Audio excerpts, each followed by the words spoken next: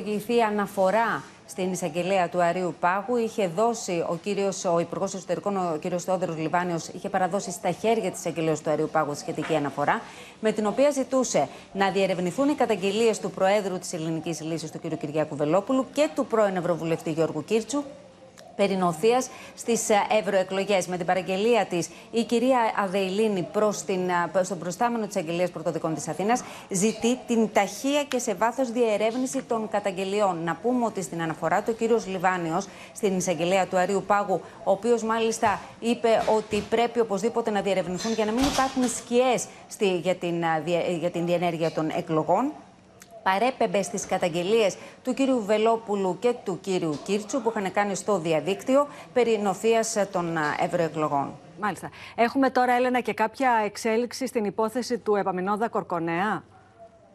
Ναι, πριν από λίγο είχαμε τη σύλληψη του Επαμεινώδα Κορκονέα. Είναι ο πρώην ειδικός φρουρός, ο οποίος δολοφόνησε το Δεκέμβριο του 2006 τον 15χρονο Αλέξανδρο Γρηγορόπουλου. Είχαμε τη σύλληψή του. Θα παραμείνει στις φυλακές του Δομοκού μέχρι να προσδιοριστεί η δίκη του στο μεικτό ορκωτό εφετείο της Λαμίας, όπου για τρίτη φορά θα κάτσει στο εδόλιο για την αναγνώριση του ελαφρυντικού του σύνομου βίου. Θυμίζουμε ότι εχθές έγινε ανέρεση από τον Άριο Πάγο για δεύτερη φορά για τη χορήγηση του συγκεκριμένου ελαφρυντικού. Έλενα, να σε ευχαριστήσουμε πολύ.